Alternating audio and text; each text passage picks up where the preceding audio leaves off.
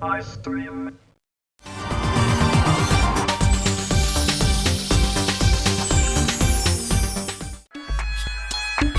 House sweets and ബേക്കേഴ്സിൻ്റെ ഫ്രണ്ടിൽ ഞാൻ വീണ്ടും എത്തിയിരിക്കുകയാണ്. ഞാൻ പറഞ്ഞില്ലേ, ഞാൻ ഇവിടെ നിന്ന് ഒരു താൽക്കാലികമായിട്ട് പോവുകയാണ്. ഇനിയും ചിലപ്പോൾ തിരിച്ചു വരുമെന്ന് പറഞ്ഞു. അപ്പോൾ അതേ തിരിച്ച് വന്നു കഴിഞ്ഞു. കാരണം ഇവിടെ കുറച്ച് ബിസ്ക്കറ്റ്സ് അങ്ങനത്തെ കുറേ കാര്യങ്ങളുണ്ട്, പേസ്ട്രീസ് കൂടാതെ. അത് ഹൈദരാബാദിൻ്റെ സ്പെഷ്യാലിറ്റീസ് ആണെന്ന് പറയുന്നു.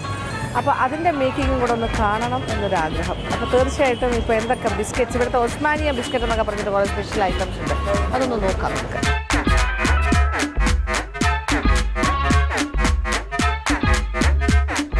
We are going to make two biscuits today.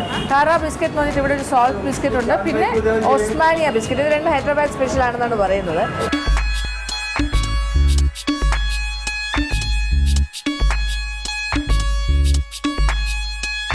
അപ്പോൾ സോൾട്ട് ബിസ്ക്കറ്റ്, അതായത് കാര ബിസ്ക്കറ്റ്, അതാണ് ആദ്യം കാണാൻ പോകുന്നത്. അത് എന്ന് പറയുന്നത് ഇംഗ്ലീഷുകാരുടെ കാലം തൊട്ടേ ഉള്ളതാണെന്നാണ് പറയുന്നത് ഈ സോൾട്ട് ബിസ്ക്കറ്റ്.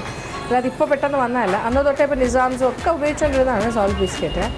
അപ്പം ഇതിൻ്റെ മേക്കിംഗ് ആണ് കാണുന്നത്. അപ്പോൾ അതിൻ്റെ ഇൻഗ്രീഡിയൻസ് എന്ന് പറയുന്നത് മൈദ മാവ് 2 kg, then margarine 1 kilo, then പിന്നെ അത് കസ്റ്റേർഡ് പൗഡർ ഒരു 50 gram, ഉപ്പ് കുറച്ച് ഉപ്പ്, വെള്ളം ഒരു 400 ml, മിൽക്ക് പൗഡർ 50 gram, മുട്ട വേണമെങ്കിൽ ചേർക്കാം 2 എണ്ണം, പിന്നെ അമോണിയ എന്ന് പറഞ്ഞിട്ട് sugar also how much? Half kg, 1/2 kilo പഞ്ചസാര, സോൾട്ട് ആൻഡ് ഷുഗർ. ഓഹോ, ഓക്കെ. പിന്നെ അമോണിയ 50 gram എന്ന് പറഞ്ഞു. അപ്പോൾ മാർജറിൻ അളന്നെടുക്കുകയാണ്. മാർജറിൻ എന്ന് വെച്ചാൽ ബേക്കറി ഐറ്റംസിനൊക്കെ ചേർക്കുന്ന ഷോർട്ടനിങ് സാധനമാണ്. അപ്പോൾ മാർജറിൻ പല ബ്രാൻഡ്സിലും വാങ്ങിക്കാൻ കിട്ടുന്നുണ്ട്. ഇവിടെ ഇപ്പോൾ മാർവോ എന്ന് പറഞ്ഞ ബ്രാൻഡാണ് യൂസ് ചെയ്യുന്നത്, മാർവോ എക്സ് ഷോർട്ടനിങ്. 1 kilo margarine അളന്നത്. ഇവിടെ മിക്സിങ്ങിൽ മെഷീനൊക്കെ ഉണ്ട്. അത് കാരണം മാസ് സ്കെയിൽ പ്രൊഡക്ഷനുള്ള സ്ഥലമല്ലേ ഈ ബേക്കറി, അത് കാരണം കാര്യങ്ങൾ കുറച്ചുകൂടി എളുപ്പമാണ്. അപ്പോൾ മാർജറിൻ അതിനകത്തേക്കാക്കി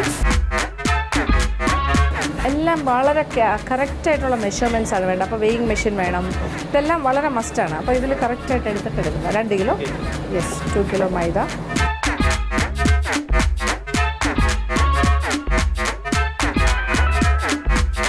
അപ്പോൾ ഇതൊക്കെ ശരിക്കും മാസ് പ്രൊഡക്ഷന് വേണ്ടിയിട്ടുള്ള മെഷീനറിയാണ്. അപ്പോൾ ഇത് ഇപ്പോൾ പണ്ടൊക്കെ ആണെങ്കിൽ എല്ലാം കൈ കൊണ്ടല്ലേ തേച്ചുണ്ടാകും. അപ്പോൾ നമ്മൾ വീട്ടിൽ ചെയ്യുമ്പോൾ കൈ കൊണ്ട് തന്നെ മിക്സ് ചെയ്താൽ മതി. ഇപ്പോൾ കൂടുതൽ ക്വാണ്ടിറ്റി ഉണ്ട്, അതുകൊണ്ട് ഇങ്ങനെ മെഷീനാണ് ഇതിനെ ഒന്ന് മിക്സ് ചെയ്തെടുക്കുന്നത്.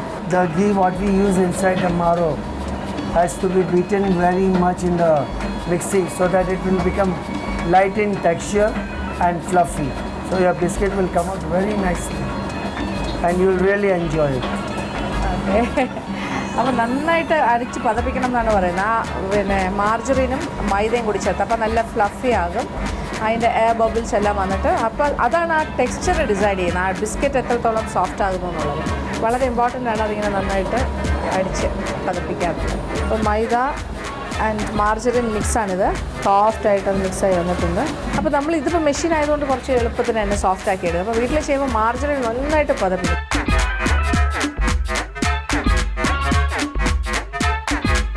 അപ്പോൾ കണ്ടല്ലോ, അപ്പോൾ നമ്മളിപ്പോൾ വീട്ടിലാണ് ചെയ്യുന്നതെങ്കിലും മാർജറിൻ നന്നായിട്ട് കൈകൊണ്ട് തേച്ച് പതപ്പിച്ചിട്ട്, തവിയുണ്ട് നന്നായിട്ട് തേച്ച് പതപ്പിച്ചിട്ട് മൈദ വളരെ ലൈറ്റായിട്ട് അതിൻ്റെ കൂടെ ബ്ലെൻഡ് ചെയ്ത് ഇങ്ങനെ ആ ഫ്ലഫി ആയിട്ട് തന്നെ മിക്സ് ചെയ്യണം, എന്നാലേ ബിസ്ക്കറ്റ് നന്നാവുള്ളൂ. അപ്പോൾ ഇപ്പോൾ ഇത് നന്നായിട്ട് മെഷീൻ മിക്സിംഗ് ആയിരുന്നു. മൈദ പ്ലസ് മാർജറിനാണ് മിക്സ് ചെയ്തത്. നടുക്കൊരു വെല്ല് പോലെ ഒരു കുഴി ഉണ്ടാക്കി വെച്ചിരിക്കുകയാണ്. 50 gram ഉപ്പ്, 50 gram കസ്റ്റേർഡ്, അതെല്ലാം മെഷർ ചെയ്താണ് എടുക്കുന്നത്. അപ്പോൾ അതും എടുത്തു. ഇനി ഇതിൻ്റെ കൂടെ പൊടിച്ച പഞ്ചസാര 1/2 kilo, മൈദയും മാർജറിനും കൂടെ മിക്സ് ചെയ്ത് റെഡിയാക്കി വെച്ചിട്ടുണ്ട്. ഞാൻ അതിൽ ചേർക്കാനുള്ള കാര്യങ്ങളാണ് സെപ്പറേറ്റ് ചെയ്തിട്ട് തൂക്കുന്നത്.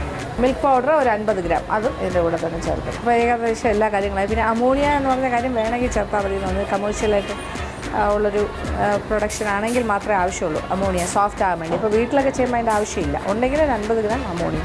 ഓക്കെ, ആ നടുക്കുള്ള കുഴിയിൽ ആ പ്രോഡക്റ്റ്സ് എല്ലാം കൂടി ചേർത്തു. കസ്റ്റേർഡ്, മിൽക്ക് പൗഡർ, ഉപ്പ്, പഞ്ചസാര പൊടിച്ചതെല്ലാം കൂടി ചേർത്തിട്ട് കുറച്ച് വെള്ളം ഒഴിച്ചിട്ടൊന്ന് മിക്സ് ചെയ്യണം.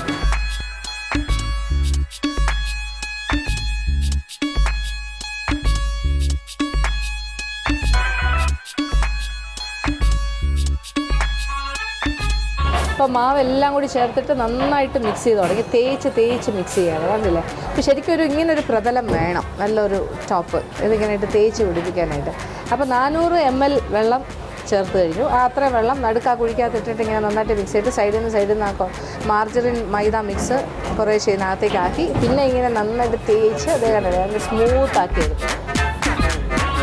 ഇനി ഈ മാവിൽ നിന്നാണ് ബിസ്ക്കറ്റ്സ് രൂപാന്തരപ്പെട്ട് വരാൻ പോകുന്നത്. അതിനെ ഷേപ്പ് ചെയ്ത് ബിസ്ക്കറ്റ് രൂപത്തിലാക്കും. നോക്കാം നമുക്ക് എങ്ങനെയൊക്കെയാണ്.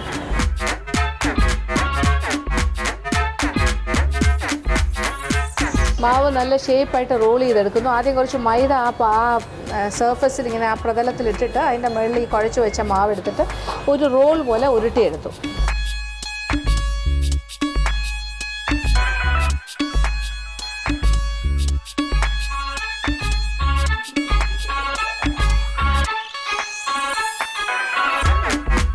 റെക്റ്റാങ്കിൾ ഷേപ്പിൽ നന്നായിട്ട് റോൾ ചെയ്തെടുക്കുകയാണ് പരത്തി.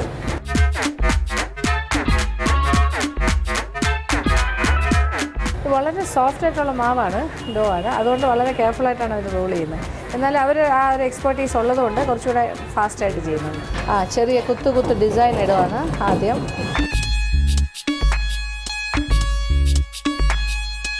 പിന്നെ റൗണ്ട് ഷേപ്പിൽ അതിനെ മോൾഡ് വെച്ച് ഷേപ്പ് ചെയ്യാണ്.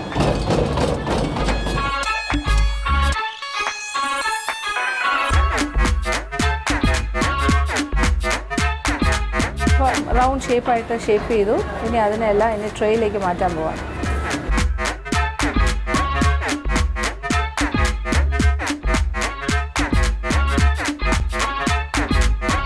കാര ബിസ്ക്കറ്റിൻ്റെ പ്രോസസ്സ് ഉണ്ടല്ലോ, ഇനി അത് ബേക്ക് ചെയ്തെടുത്താൽ മാത്രം മതി. How much time will it take for baking? 20 minutes? 10-15.